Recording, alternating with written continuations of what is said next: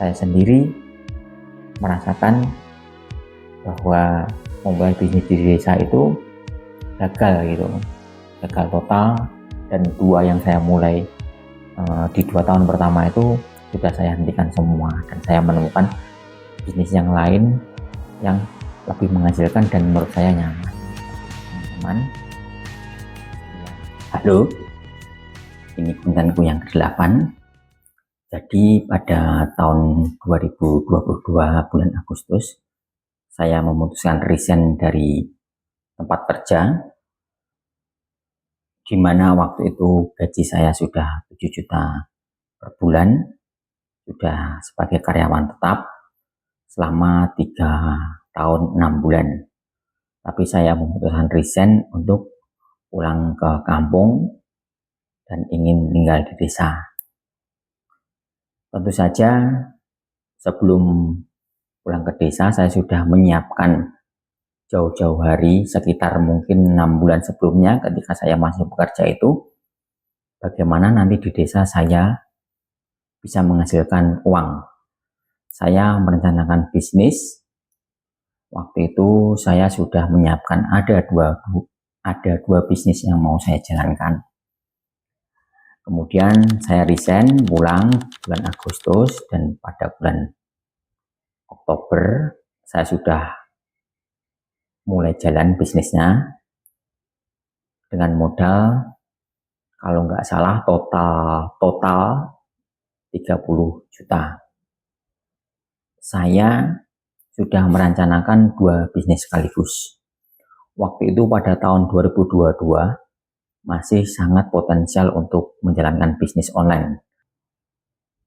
TikTok masih sangat ramai-ramainya untuk orang-orang mulai berjualan, tidak seperti di tahun 2025 ini. Jadi kurang lebih saya pas pulang itu membawa uang 30 juta untuk modal hidup di desa dan mulai usaha setelah resign bekerja.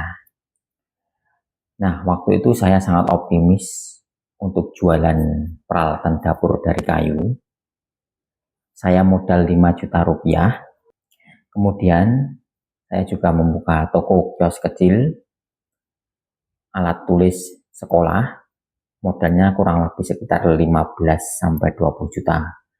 Mungkin 20 jutaan, karena saya nggak ingat. Waktu itu bertahap selama setahun. Jadi yang bisnis online jualan alat dapur kayu ini lebih awal, karena modal bikin langsung saya online kan, jualan di Shopee dan TikTok. Waktu itu kebetulan saya sudah punya basicnya untuk jualan di marketplace. Itulah sebabnya saya optimis untuk resign. Kemudian dalam jangka waktu 6 bulan saya sambil melengkapi, mengisi toko, mempersiapkan toko. Pikir saya, wah di desa udah cukup memungkinkan untuk menjalankan bisnis. Saya buka toko, kemudian sambil jualan online, seperti itu pikir saya.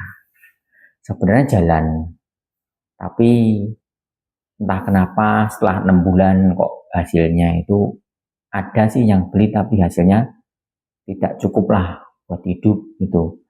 Sampai dibilang 1 tahun pertama itu saya merasa urusan keuangan itu kurang.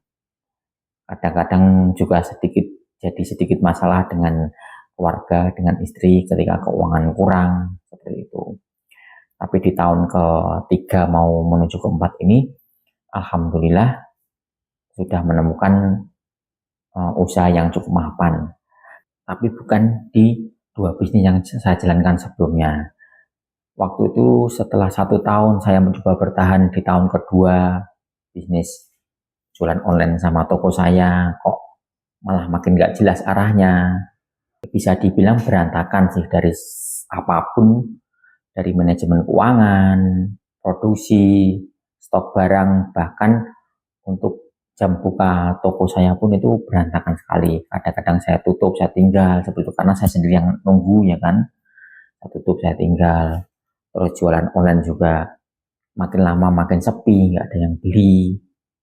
Terus waktu itu juga mau produksi lagi bingung gitu kan.